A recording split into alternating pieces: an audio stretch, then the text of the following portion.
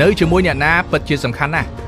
ស៊ីម៉ង់និងខ្សាច់មិនមែនជាវត្ថុរឹងទេតែដាក់ចូលគ្នាបង្កើតជាជញ្ជាំងដ៏រឹងមាំស្រូវនិងសាំងសុទ្ធតែជារបស់ល្អតែដាក់មិនស្រួលឆេះអស់គ្មានសល់ដើរតាមរុយជួបបង្គន់ដើរតាមខ្ពំជួបលំអផ្កាដើរតាមអ្នកមានគេបង្រៀនយើងពីរបៀបរកលុយដើរតាមអ្នកលបែងគេបង្រៀនយើងឲ្យចេះបញ្ចាំរបស់មិនចាំបាច់ប្រាប់ខ្ញុំពីអនាគតអ្នកទេណែនាំឲ្យខ្ញុំស្គាល់មនុស្សជុំវិញខ្លួនអ្នកទៅខ្ញុំនឹងដឹងហើយថាអនាគតអ្នកនឹងទៅជាបែបណា Virid Asia នៅជាមួយអ្នកណាពិតជាសំខាន់ណាស់ស៊ីម៉ង់និងខ្សាច់មិនមែនជាវត្ថុរឹងទេតែដាក់ចូលគ្នាបង្កើតជាជញ្ជាំងដ៏រឹងមាំស្រូវនិងសាំងសុទ្ធតែជារបស់ល្អតែដាក់មិនស្រួលឆេះអស់គ្មានសល់ដើរតាមរុយជួបបង្គន់ដើរតាមខ្ពំជួបលំអផ្កាដើរតាមអ្នកមានគេបង្រៀនយើងពីរបៀបរកលុយដើរតាមអ្នកលបែងគេបង្រៀនយើងឲ្យចេះបញ្ចាំរបស់